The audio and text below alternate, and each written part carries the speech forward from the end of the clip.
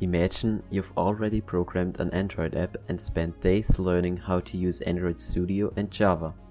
Your app goes viral and you get hundreds of requests every day when the app is available for iOS. The big problem? You can't do Swift, but that's what you need to do to program an iOS app. You would have to learn a new programming language and develop the app again for iOS. The solution to the problem is Flutter. Flutter was developed by Google and uses the programming language called Dart.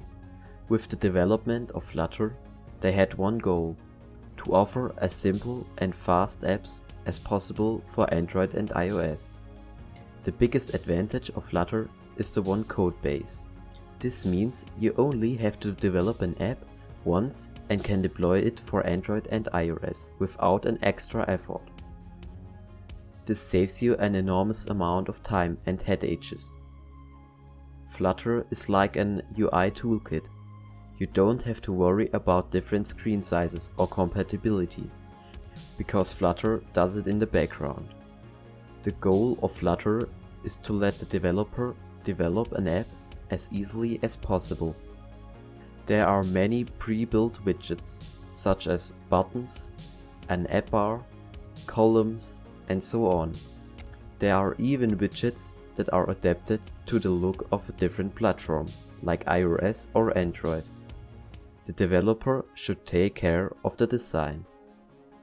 The widgets are arranged and nested like a tree with different branches. So there is an initial widget from which two can follow and so on.